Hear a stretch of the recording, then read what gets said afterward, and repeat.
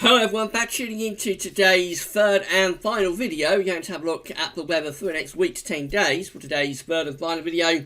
Let's take us around the 17th of September. So we're extending now into the second half of the month with the 10-day time frame.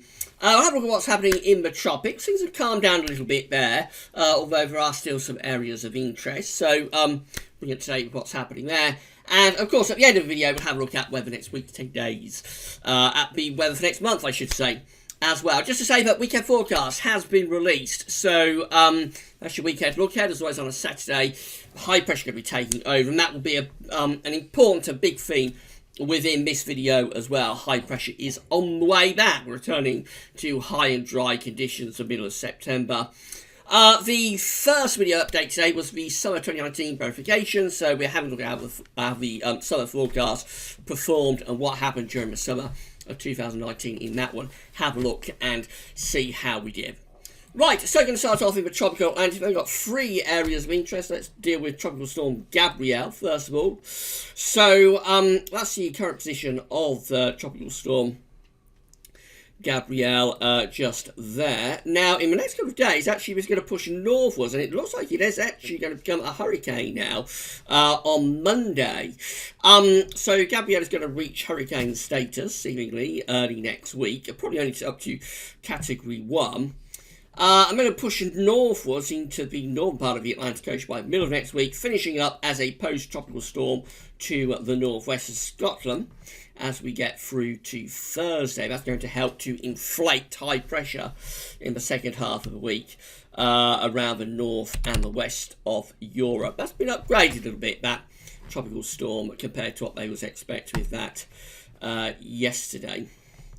Then we've also got this yellow X just here. That's the disturbance area that we've been talking about in videos over the past couple of days. That is disturbance 1 with a 10% chance of cyclone formation in the next 48 hours. So if that, they're saying a broad area of low pressure associated with a tropical wave is producing disorganised showers of thunderstorms a few hundred miles west of the Cabo Verde Islands. Gradual development of this system is possible, and a tropical depression could form by the middle of next week while the system moves westward across the eastern and central tropical Atlantic Ocean. At the moment, it has just a very low 10% chance of becoming a tropical cyclone in the next 2 days. For the next 5 days, it's quite a bit higher, 60% chance, which is medium. So that's one to watch next week. And then, of course, we've still got Hurricane Dorian up here. So with Dorian, what they're saying is that it's giving sustained 85 miles an hour winds. So this is a Category 1 hurricane now, with a central pressure of 995 millibars, and it's moving northeastwards very quickly now. It really has speeded up a lot. It's moving at 25 miles per hour. You remember a few days ago, this was over the Bahamas, and it was only moving at 1 mile an hour. It's basically stationary over the Bahamas, giving huge amounts of destructive weather in terms of wind and rain. Now it is really motoring. It's moving at 25 miles an hour in the northern Atlantic, or moving into the northern Atlantic.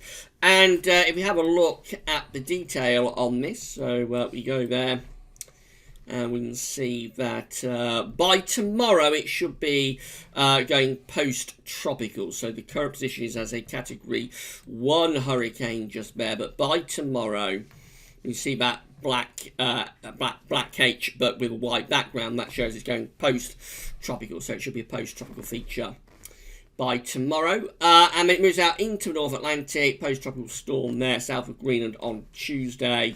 And then it get absorbed into an area of low pressure, and that will be the end of what has been one of the most destructive hurricanes on record, the, at one point, Category 5 Hurricane Dorian. And of course, those Dorian and Gabrielle, the remains of them, will have impacts on our weather next week. More on that in a moment. In Central England temperature then, so how we're currently looking for September with the CET is like this. It's a provisional up to the 6th, up to yesterday.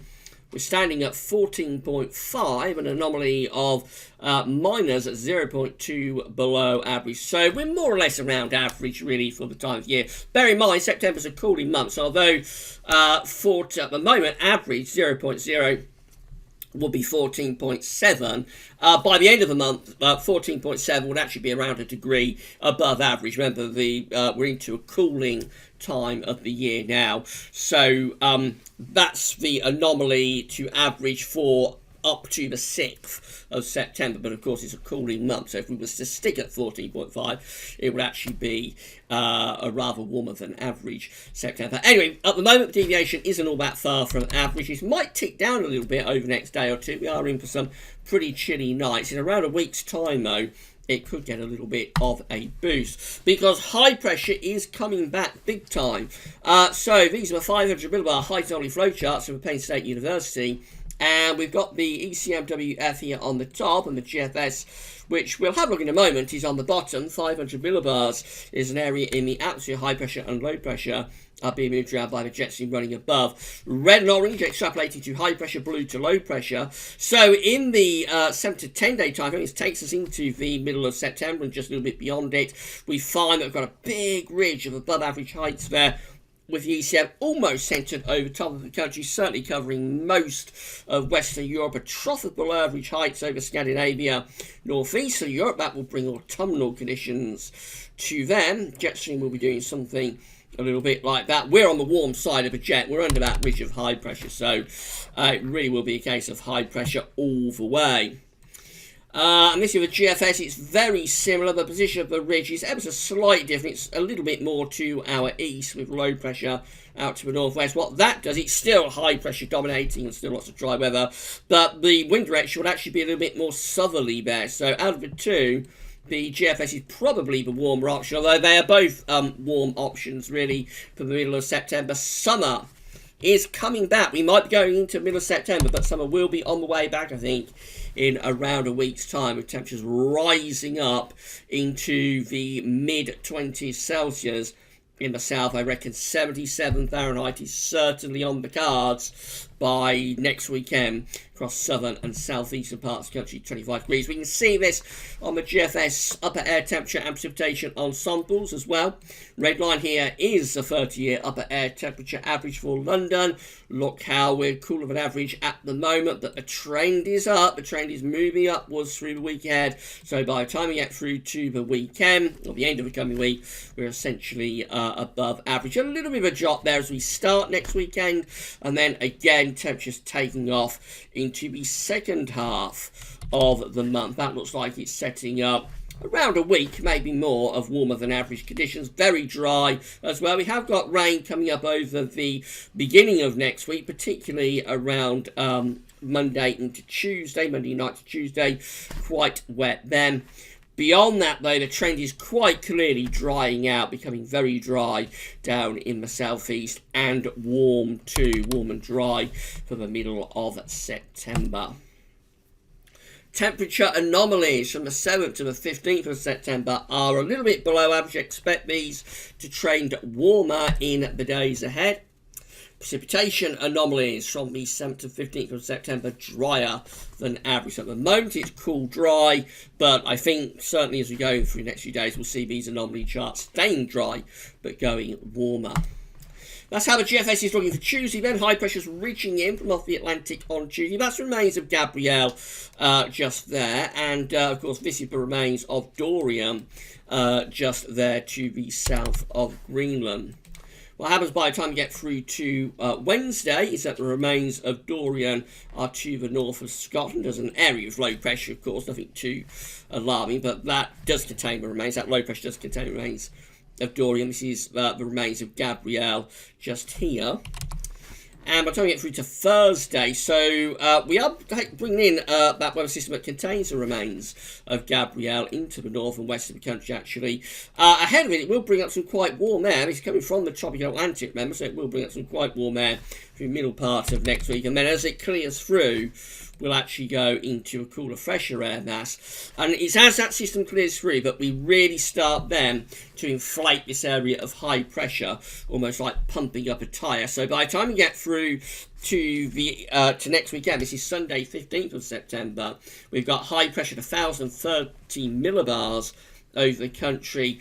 Big area of high pressure taking over the weather. And as wind begins to pull up from the southeast, temperatures will be starting to rise as well. Very warm conditions, possibly continuing to the beginning of the following week as high pressure remains dominant.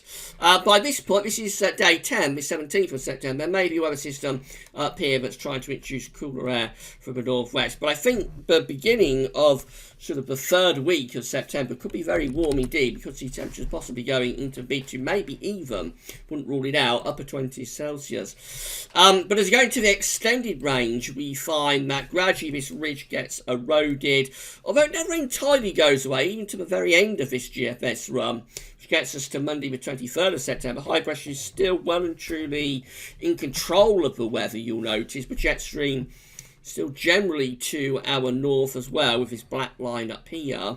That's where all the areas of low pressure is. So that's basically where autumn is. If I show you the thickness charts, which I don't often show you, but if I show you them, you'll see that. Oops, that went a bit wrong, didn't it? Let's do that again. Sorry about that. I should have got the chart loaded up before I started the video. Right, so that's where autumn is. It's going to be behind that green line just there. Behind that, got autumnal conditions. This, of course, where the blue lines are. That's where winter is lurking. Summer is sort of down here, so it's not going to be, at this point, right at the very end of the GFS run, it's not going to be desperately warm, somewhere between summer and autumn, essentially. But you'll see that even at the end of GFS run, high pressure is still in control of the weather pattern.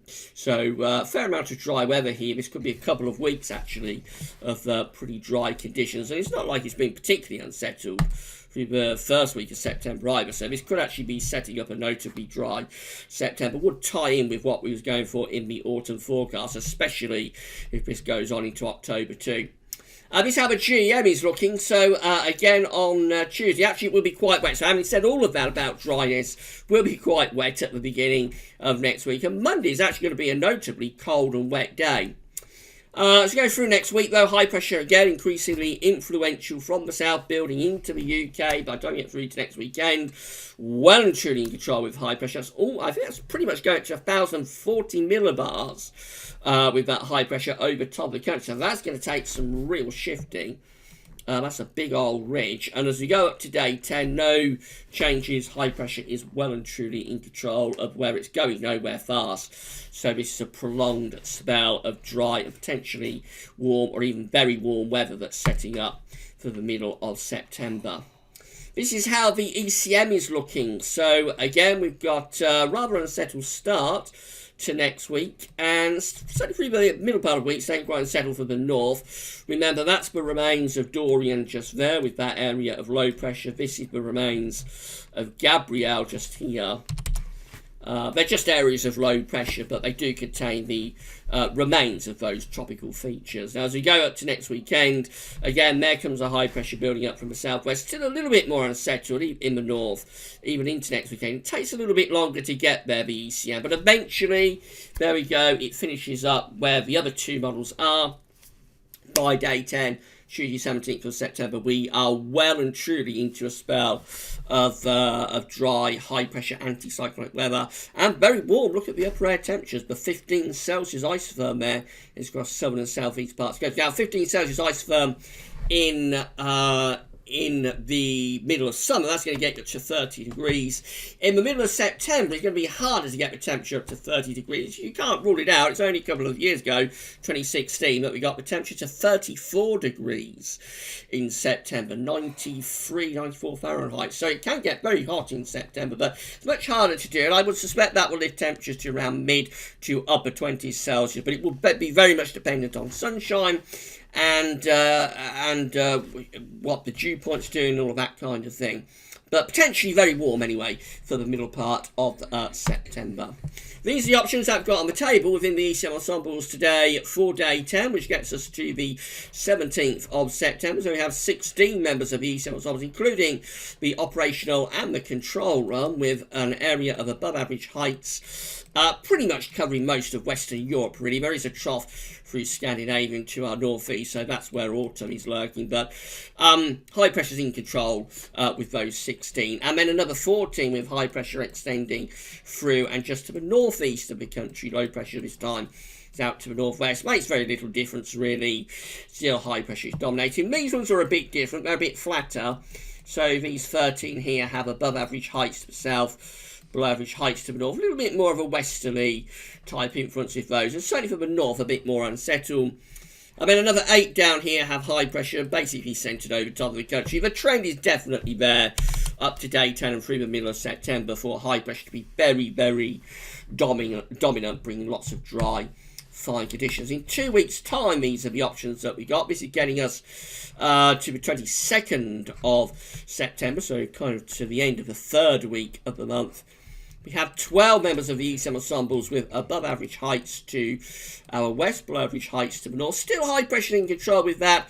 Probably a bit cooler though, the winds coming in from the northern part of the Atlantic. And although it's a lot of dry weather, you couldn't rule out risk of some showery weather, particularly in the north. These 10 here are obviously very unsettled. They're autumnal. They have below average heights over top of the country. Jet stream is pushed southwards as well, so they're the most unsettled option within the ECM ensembles, but there's only 10 of those. There's another 10 with high pressure over the country going up to Scandinavia. Low pressures around Greenland, Iceland, jet streams pushed northwards in that direction. The 10 just here have high pressure centred more or less over the top of the country, a little bit to the west. And then 9, which does include the ECM control run. So, bit odd what's happening with these, but I think basically high pressure is weakening with those, and although we're not at low pressure at that point, we are probably trending something a little bit more showery. I think even in 2 weeks' time, a trend is there for high pressure to be dominant. So this could be a very prolonged and protracted spell of high pressure that is setting up, actually. Could be a couple of weeks of anticyclonic conditions, which is not all that unusual for September. It is one of those months where when high pressure gets going, it can be, it can hang around for a very, very long time. It looks like that could be what we're setting up here. Finally, just having a look at CFS-V2, so let's see how that's looking for the next month. These are 500 millibar heights, broken down to week periods. The first week period takes us from the 7th to the 13th of September, so the coming week will have below average heights to the east of the country and above average heights out to west. Jet stream's doing something like that. The ridge is gradually building in from the west. It takes a little while. The beginning of the coming week will be quite unsettled and cool, and then it will gradually trend towards higher pressure, settling down and warming up by this time next week. This is week 2. High pressure's in control now. This is the 14th to 20th of September. High pressure is over and just to the south-southwest of the country. Low pressure is up to the north. Jet streams push northwards as well. That's going to be mainly dry, warm, high pressure dominated week. I wonder how often I've said high pressure during this video. If I was being paid £1 for every time I said high pressure during this video, I think I would have done quite well. This is week 3. High pressure is still in control here. This is the 21st, 27th of September. It is pulling out a little bit to the west with below average heights up to the north. So that might be starting to turn a bit more unsettled up to the northern part of the country, but still really the high pressure is in control of that, particularly for southern parts of the country. And then finally we get through to week 4, which is the 28th of September to the 4th of October. Looks like the high pressure then is beginning to centre in the middle of the Atlantic, below average heights between Greenland and Scandinavia. Wind will be starting to dig in from the northwest, doing something like that with the jet stream. That could well be a bit of a breakdown taking place there right at the very end of September into start of October. We could be then starting to see signs that it's turning certainly a little bit more interesting from a weather perspective. It could be starting to turn slightly more unsettled, and I would have thought quite a lot cooler as the wind is beginning to push out of Greenland. So high pressure is on the way back. I think we have established that pretty definitively. So we are in for what looks like potentially quite a prolonged and protracted spell of dry and, at least for a while anyway, very warm weather through the middle part of September. It can be very difficult to sustain very warm conditions in September. We know that the air is rapidly cooling down as the sun is sort of sinking to the equator. Remember, by 21st to 23rd of September, the sun will be back at the equator and moving to the southern hemisphere. So the sun will actually be moving out of our hemisphere in the next couple of weeks, which means that the air temperature, particularly to the north of us, is very rapidly cooling down, and that means that even when we get these big ridges set up, it is quite a job to sustain warmth within them for a prolonged period of time. But nevertheless, it does look as though in around 10 days' time, so sort of 15th to 18th September, we could get some quite high temperatures here. Certainly mid to upper 20s Celsius can't be ruled out, I don't think, into the 80s Fahrenheit, and then probably starting to cool down after that. Summer is on the way back, so therefore, in around a week, 10 days' time, and high pressure is going to be keeping us dry and fine for seemingly quite a prolonged period. Right, so that's it for your videos for today. Tomorrow, of course, we're going to have the second winter 2019-2020 update. So it's always very surreal when I'm recording those in September and it's very warm. So this time next week, I'm doing the third update. That could be a bit odd. But anyway, a second winter update will be with you 10 a.m. tomorrow morning. And then in the afternoon, around 5 o'clock, we'll have a live discussion on the Gaz Weathers YouTube channel. And I'll see what you thought about the second winter update. Right, that's all for now, though, and thanks for watching.